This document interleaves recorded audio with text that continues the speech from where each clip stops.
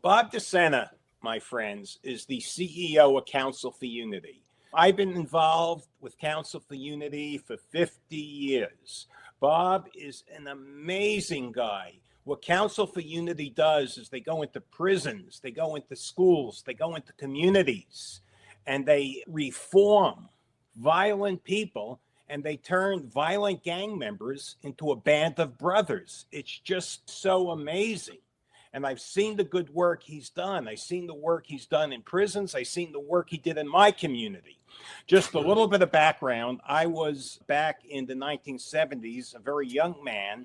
And in my neighborhood, Bensonhurst, Brooklyn, there were riots breaking out, racial riots, because a federal judge ordered school busing.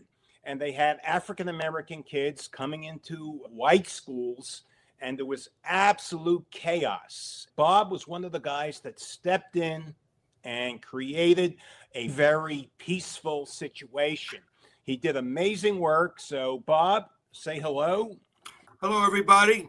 Could you share the story behind Council for Unity? What inspired its creation, and how has its mission evolved over the years?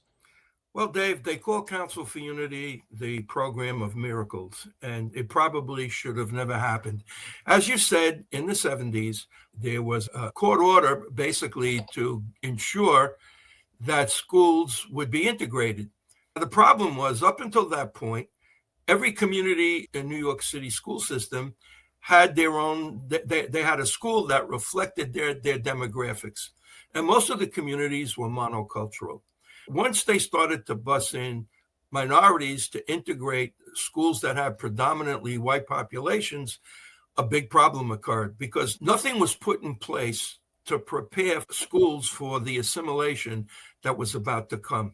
So, as you mentioned, especially in Bensonhurst, there were riots, there was a lot of violence and assaults, and we were facing a full-blown crisis.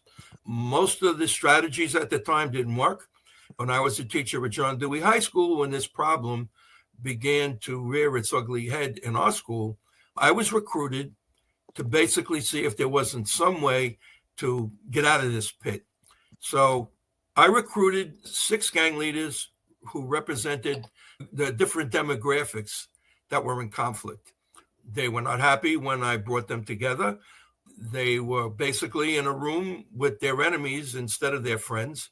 So you can imagine the effort that took to create some kind of a commitment.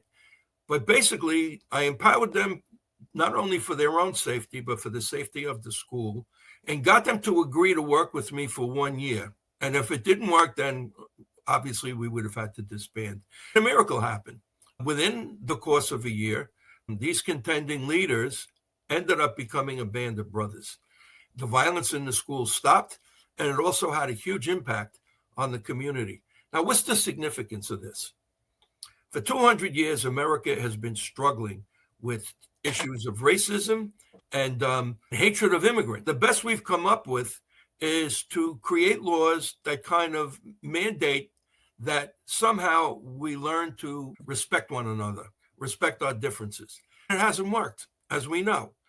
Now, when this group, these 6 leaders, formed Council for Unity, they made a statement that this problem that's been affecting America for 200 years stops in this place, in this time, not by some mandate or by some law, but by their agreement to end it.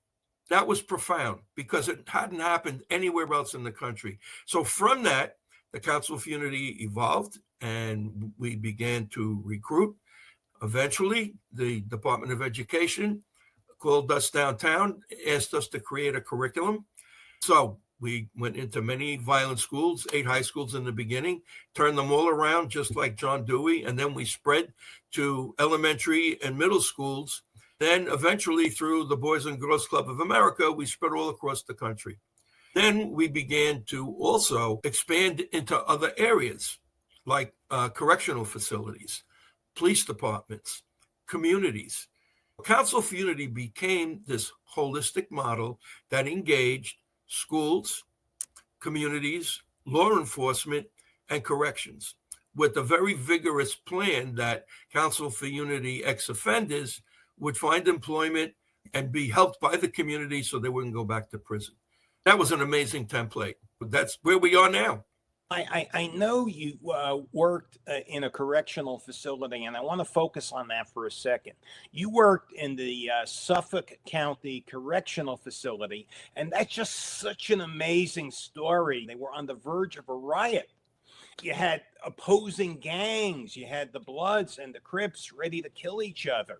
You came in and you created not only peace, but you created harmony. You created a band.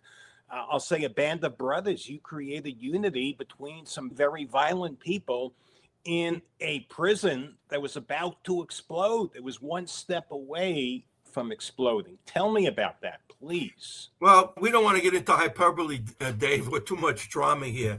The truth is that the gangs in the prison were engaged in violence. The sheriff basically said to me, I'm probably out of my mind for taking this program because I don't think it's going to work. He said, but if you're crazy enough to go down to the chapel and meet with because I'm going to send all the gang leaders to meet you. There's going to be one sergeant at the desk who was a female. And if they decide to come after you, there's not a thing we can do to stop that. Let me interject just for a quick second. I saw the video. I saw that sergeant interviewed. She said there was about to be a riot. Those were her. She was afraid that there was going to be a full-scale riot. And she didn't want to be there. Yeah. She didn't want to be there. Go ahead, because... But she did. I think, honestly, there was an explosive situation, and these people were very violent, and they were hurting each other. In order for your audience to really get a grasp of what I'm saying, because if I was sitting with AR, I wouldn't believe one word that either you or me said. So my suggestion is going to be, for everyone who's listening and is genuinely interested, log on to www.councilforunity.org and click on the videos of men wearing green, and you will see exactly what I'm saying. It's probably a subject for an in-depth video of how I was able to make that happen, because people said, what did you say to these people? I had a pretty dark youth myself, and not that I want to get into details here, but I was in some really dark, violent situations myself. I was not unfamiliar with the life. When you are in that life, generally three things happen. One, if you want to inherit the family they're offering you, you got to commit a criminal act. The second reality is that they're going to rob you of your free will, which means you're going to have to do things you don't want to do, or else. The only outcome from that milieu is prison or the cemetery. Any byproducts of that affect your personality. One is depression. The second one is rage. And the third one is self-hate. None of those things were strangers to me. So when I describe my experience and how somebody saved me, got me out of that, I basically said to them, there's only one reason I'm here. I got a second chance. And I'm here to offer you the same thing. If you go on Riverhead Prison and Founders and Forefathers, the Founders and Forefathers is narrated by a first Crown of the Latin Kings, who was the shot caller for the Latin Kings in Suffolk County Correctional. He basically validates what we're sharing here. He said all the gang leaders came down. We met with Bobby. We fell in love with the program. And the rest is history. We transformed that facility. There are multiple videos that validate that. Our participants in Suffolk County Correctional made that video because we were going into Rikers Island. They wanted to show the mostly young people who were going to be joining our program that Council for Unity works, because it worked for them. They basically talked about 8 steps that they went through using our curriculum that changed their lives. The ultimate conclusion here, and it was stated in the gang conference video, which is also on the website, the Commissioner of Corrections, Brian Fisher, basically gave testimony to this, and that is that people can change. If you offer them a better path and it has value for them, they're going to take it. That pretty much has been our experience. What you did is amazing. I'm going to play some of the videos on LinkedIn for my audience. I'm going to upload them. We already talked about that. You gave me permission to do it. So I'm going to share that with my people. Let me ask you this. The challenges of gangs in institutions, like, for example, the Metropolitan Detention Center, MDC, I'm reading about it in the newspapers right now. That place is a jungle. What strategies would Council for Unity implement to mitigate gang influence, promote rehabilitation, and make a jail like the MDC a better place for both the inmates and the correction officers? And Dave, it's not really up to us. It's really up to the facilities themselves. Number one, they have to provide funding. This is not a program that's free. Number two, they have to support what we're doing. When I started the program at John Dewey, the principal came to meet with all the Council for Unity members, and he said, this is the single most important program in Dewey because it's going to guarantee that we are free from violence and free from discrimination. The sheriff at Suffolk County Correctional at the time pretty much did the same thing. He said, I'm supporting this because I think it's good for you. If you're an inmate, and I don't want to use that word, if you're an incarcerated person, it's a fair question to say. Excuse me, an adult in custody. Or a young person who's incarcerated. What's in it for me? The bottom line in what I have shared is it's bad enough that you're in hell already. Having to live every day, waking up, not knowing who's going to stick a shiv in your back or who you're going to have to kill in order to survive that day, just compounds your hell. If you create a Council for Unity where we bring everybody together, there's nobody left to fight, and there's nobody left to make fun of. So the great byproduct of unity is that it absolutely stops violence. Again, I'm going to say it. You bring everybody together, there's nobody left to fight. What's in it for them is safety. Then once there's safety in a facility, the next step is that incarcerated people can start taking advantage of programs that are available to them. In a lot of our facilities, you can get training in all the trades. You can get an associate's degree, a bachelor's degree. I know that when Brian Fisher was the superintendent at the incarcerated men there were able to get a master's degree. Bottom line, Dave, I think, is that you have to introduce hope.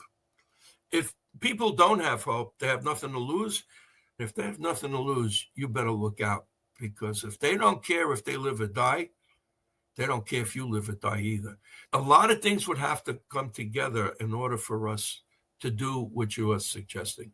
It would have to be a commitment on the part of the facility itself to support Council for Unity.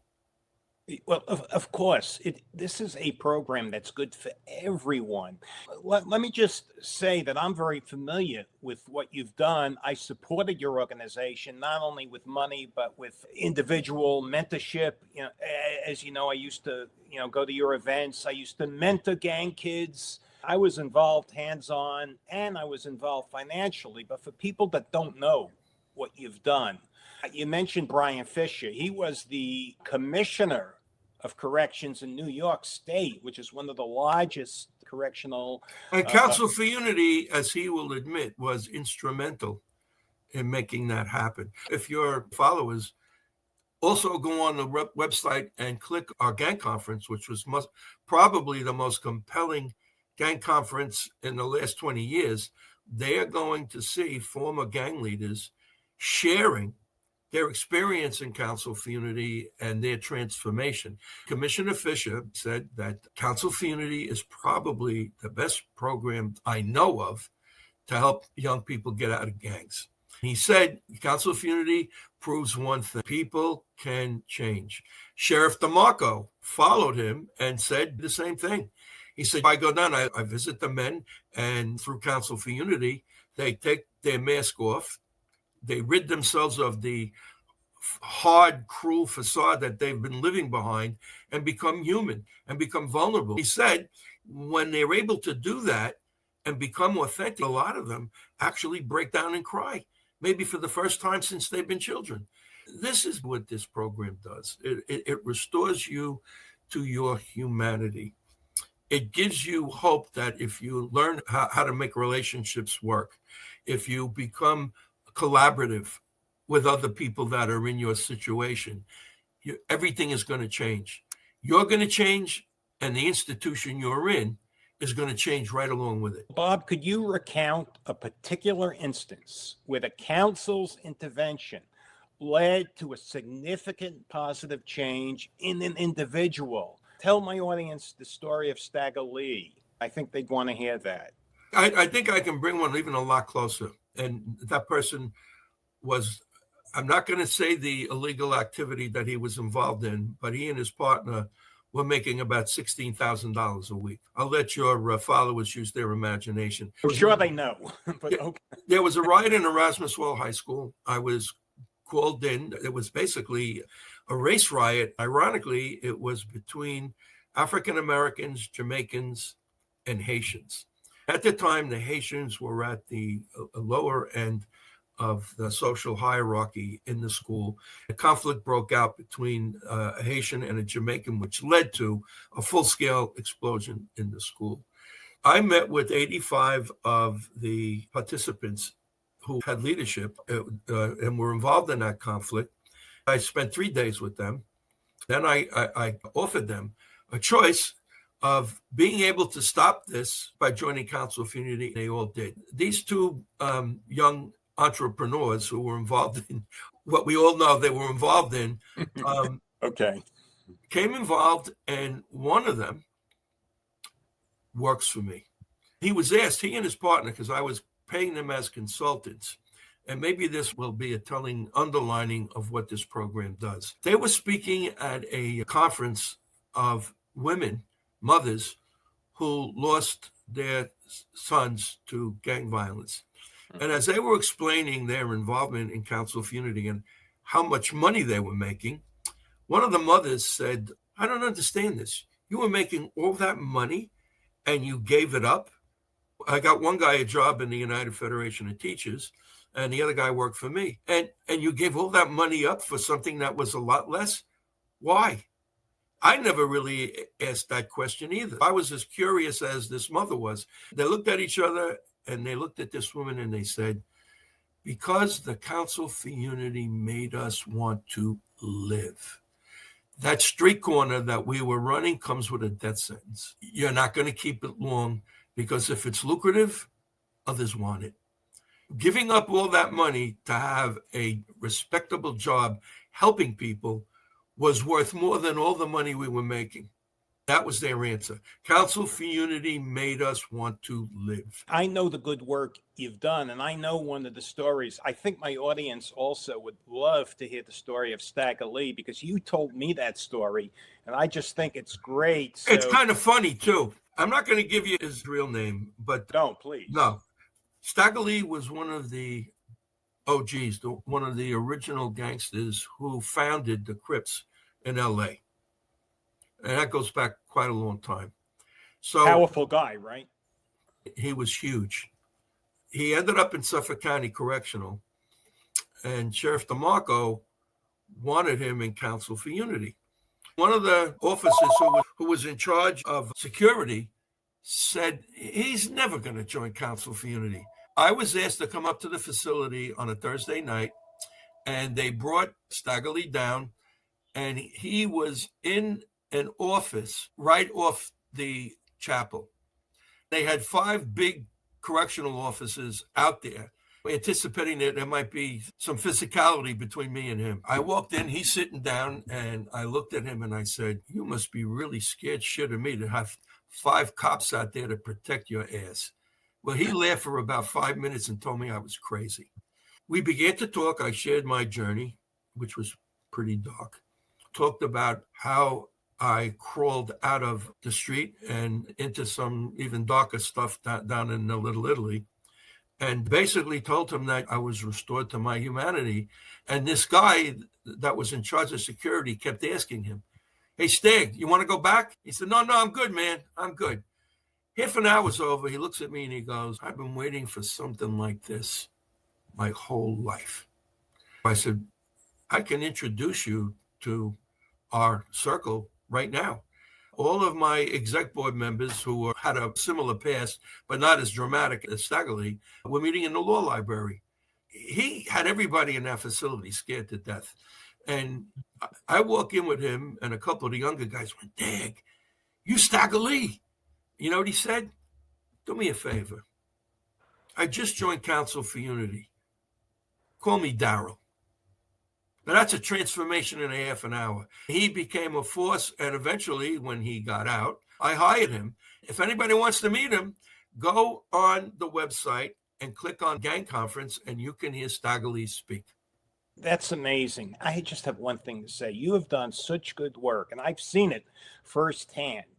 And I've introduced your program to some pretty big people in the federal government. One of my brothers in Christ, Michael Francis, he was a former The capo. Yeah, and he became a born-again Christian, and he speaks very well. I attend his Bible studies, and he offers his services free of charge to help to talk to gangs, and there's silence. When I offered your service, there was silence. Why aren't people in government listening? Why isn't the Federal Bureau of Prisons, for example, listening and implementing your strategy? I haven't got a clue. Maybe they don't want to empower people. Listen, Dave, a lot of prisons today are private, and it's in their interest to retain because it's money. It's money. Brian Fisher tried to close 3 correctional facilities in New York State, roundly defeated by elected officials because those facilities in those small towns upstate New York employed literally hundreds and hundreds of people.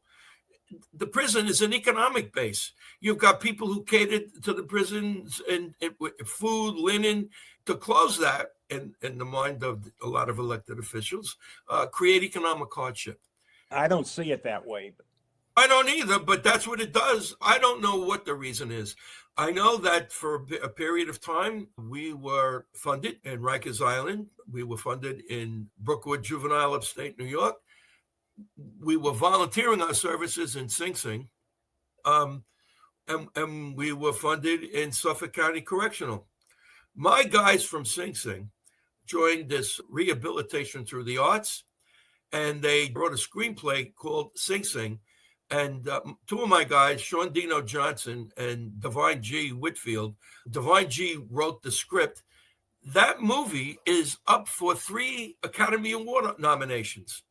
Here are 2 guys who came through Council for Unity and rehabilitation through the arts, who are getting the message out that people behind bars are reachable, can change their lives, and can become assets to society if we put the proper steps in place to make that happen. Dave, I can't answer your question. Somebody else is going to have to answer it. I don't know why. I know what we can do, but for whatever reason, nobody's knocking on our door. And here's the scary thing. If all of them were watching now, they would say, that guy is out of his friggin' mind. I don't believe a word he said. However, thank God we've got the website, because they can hear out of the mouth of major gang leaders how the Council for Unity has changed their lives. It's there. And I barely speak. They're the ones that are doing the narration. If you really want to address this issue, invite your followers to knock on doors. Have them go on the website, witness what I'm sharing with you, and do something. I will be sharing some of your videos. I've shared them already. I'm going to share them again. Let me ask you this. Hypothetically, if the Council for Unity was called upon to transform the Metropolitan Detention Center in Brooklyn, and you're right there in Brooklyn, that's a facility that, as I said, is notorious for its gang-related issues and the challenging conditions. What steps would you take to initiate change? And what would you do to foster a safer and a more rehabilitative environment? What would you do? What we've been doing, what we've done in the past. There's no magical bullet here. The facility has to basically say, we are bringing in a new program that can have major impact on your lives. Council for Unity is in a position where if you join it and you become part of a reentry program, they will help you. Number one, the first thing we would do really is show them those videos where they're looking at men in green who took the counsel journey and are basically speaking to them about how this program changed them. Because I walk in there cold, I know what I have to say, but I don't look like them, no matter what my background was like. When they witness, one of my guys did 40 years. When they witness people who've gone through this program and say it has literally transformed their lives, that's credibility. That would be the first step. And after that, we'd implement our amazing Dragon Slayer curriculum. By the way, that curriculum, which is a myth, where the dragon is a metaphor for all the things that block you. So to become a Council for Unity member, you have to face your dragon and you have to overcome it. What I used to tell the guys in my circle in Suffolk County Correctional, and as an impetus to change, I said, a correctional officer did not drive you to this facility. Your dragon did. If you don't face that dragon, he's going to keep driving you back. You have to make a decision. Either the dragon is going to drive you a bus or you are. If you decide that you are, then take the council journey, because we will empower you to make that possible. That's basically the groundwork for what we would do. Let me ask you this. What drives you personally in this work? Oh, God. Reclamation. I know you're born again. I was born again through world mythology, which is more of a spiritual rather than a parochial journey. But a guy in my darker days saved me. He ended up committing suicide, which killed me. He was the toughest guy I ever met. I adored him. And I'll share one really dark experience that I had with him that may even relate to what happened to you when you found God. He and I both shared a sensitivity that we had to hide, because when you're in that life and you show sensitivity, you're dead.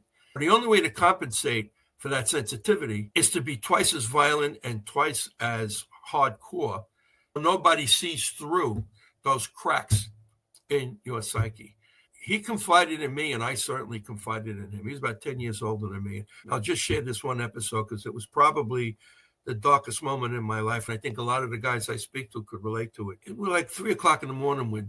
In this joint we hung out with, and we're both drinking heavily. He says to me, I want to ask you a question, and I want you to tell me the truth. Do you believe in Christ? I said, what? He said, I'm going to ask you again. Do you believe in Christ? I said, I guess so. Why? And listen to what he told me. He ain't never coming down here. He ain't never going to show up. We're the damned and we are the abandoned. And somebody's got to get the hell out of here. And I think it's you. I said to him, you're out of your mind. Because at that time, I had no confidence in myself. And I was on a very bad track. But when he died, when he killed himself, and I got his name. His street name was the Basil, after Carmen Basilio. And I have pretty good hands. So former mob guy or? No, he was a middleweight and a welterweight champion. Oh, okay. He wasn't a mob guy at all. Oh. And when he died, I got his name. I was the Basil. That changed my life. I wasn't listening to him so much when he was alive, but after he died, it really scarred me very badly. The only way I could respect him was to do what he wanted me to do. That was get an education and come back. Whether it's a correctional facility or a school that is experiencing major conflict, I'm going back to the life I left, and I'm coming back with a story that I found reclamation and that it's possible. That's basically it. Well, Bob, you've done such amazing work. I saw firsthand back in the 70s, we're in a high school that had, I'll say, I was white, but, white people, I wasn't like that, but there were white people that just hated the African-American community, and you made them not only tolerate each other, because it was more than that, you made them friends, you made them brothers. in an environment back in Bensonhurst, Brooklyn, back in the 70s, that was unheard of. You really work miracles. And I'm just amazed. Dave, I think there's a script for all of us, and we follow it. I'm not going to say that a lot of those guys hated blacks. Their basic thing was, look, you stay where you are, because they were in school. There wasn't a lot of violence in the school at all. Not in our school, no. No. Was the antipathy there? Sure. Yeah. But the basic message was, look, you stay where you are, we'll stay where we are, and in that lies the peace. The problem is that when groups are not interconnected, number one, they form very negative perceptions of one another because they don't get any other perception other than what they see in the media or what they see in the movies, where Italians are stereotyped as gangsters. African Americans are horribly stereotyped as drug dealers and are promiscuous and all that stuff. Latinos, the same thing. We live in a culture where all of our ethnicities and races are terribly stereotyped. In order to change that, you bring people together. So when everybody was in Council for Unity, they were learning the positive things about each other's culture. Out of that came a sense of a common humanity, which is basically the answer to this planet. Read the news. We still haven't been able to get to that point of realizing that unity saves this planet, it stops violence, and it stops discrimination. And we've got leaders out there who are insane in terms of fomenting violence, fomenting war, demonizing other cultures. And that's why I am witness to the opposite of that, because I'm in Council for Unity. I see every day what the world needs to become. That's what keeps me going. Council for Unity is what the world needs to. We have over 130 cultures in our network, and they're united as a single family. The tragedy is that we're basically relatively limited geographically. We should be all over the country. And at one point, we were in the Republic of Moldova, and we were in Nigeria as well, because we had people from those areas who were visiting here. In fact, if you remember, you actually funded Council for Unity in Moldova. Yes, I do. That was in the early 2000s. To come to America to participate in our induction. Well, that's what my company did. And if I could just tell my audience, this is a very shameless self-promotion from my son. But anyone that does a solar energy project or buys a BESS system, that's a battery energy storage system, through my son's company, he's going to donate 3% of the profits to Council for Unity, another 3% of the profits to my church. Shameless self-promotion. I'll get past that because that's not the purpose of my podcast. I want to tell people about Council. But one of the things I want to point out, I attend all of Michael Francese's events, and I find him very dynamic and very powerful. He's a good guy. He makes the point. This is a sticking point with me. The government is not listening, and I'm praying because we have a new leader. We have Donald Trump, and he's very disruptive, hopefully disruptive in a good way. And he has the balls to do things, hopefully, that will propagate change, because I don't understand. You're right there in Brooklyn, okay? And one of the most violent prisons, one of the most gang-infested prisons is the MDC in Brooklyn, and they don't do anything to stop it. Jeffrey Epstein, I believe he was murdered. Supposedly it was a suicide. Yeah, right. I don't believe that, but that's another subject. There's so much violence going on at that place. There's so much violence going on everywhere. Unfortunately, we are a very angry people at this point in our history. If Donald Trump seriously wants to bring change to the country, he's got to be a unifier instead of a divider. I don't care how many changes he makes. If half the country hates him and all of his supporters hate that other half, there's an old expression: a house divided against itself cannot stand. The leadership in this country has got to find common cause and common ground, tone down the rhetoric, start working on things that support a common good. If he does that, he'll go down as a great president. You take a quarter out and you turn it over, and it says in Latin, which supposedly signifies what the country's supposed to be. It's redeeming. It says e pluribus unum, out of many, one.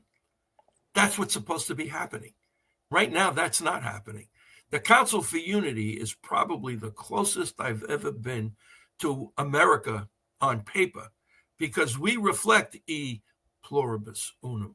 We have Republicans and we have Democrats, and we have conservatives and we have liberals in Council for Unity. The difference between us and the government is that even though our members have differing ideas on how to solve problems, they agree on one thing. We have to stay in the family and we have to work towards a common good.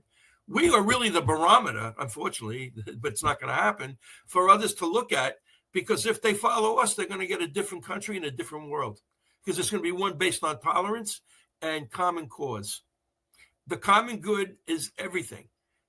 You have to support legislation, programs that promote the common good. You promote the common good, you get everybody involved. That's what you guys are doing. That's what you guys are doing, Bob. Well, unfortunately, it's on a very small stage, but it's significant. It's powerful. But maybe podcasts like this can lead to people demanding that Council for Unity come to their schools or to a correctional facility, because with that comes change. And that's what we need. Bob, I thank you for joining me today. I thank you so much for taking the time out of your very busy schedule to address my audience. Before we leave, looking ahead, what are your aspirations for the Council for Unity? Are there any new initiatives or areas of focus that you plan to explore to further the organization's impact? Obviously, Dave, you used the word shark a lot. If a shark doesn't move, it dies. We are very aggressive in marketing the program, in board recruitment. IBM just made a major commitment of key personnel to volunteer to strengthen our operation. We are expanding. We've gone into some new schools. I'm pretty happy. The council is a dynamic that will always keep going forward. I want to thank you for joining me. We'll be back again. I'll bring Bob back. Bob, thank you so much for joining. It was a pleasure, Dave. I enjoyed it myself. And salute to all of your followers. I hope you found this meaningful. Everyone, my LinkedIn family, thank you for joining me. God bless you. Have a great day. God be with you all.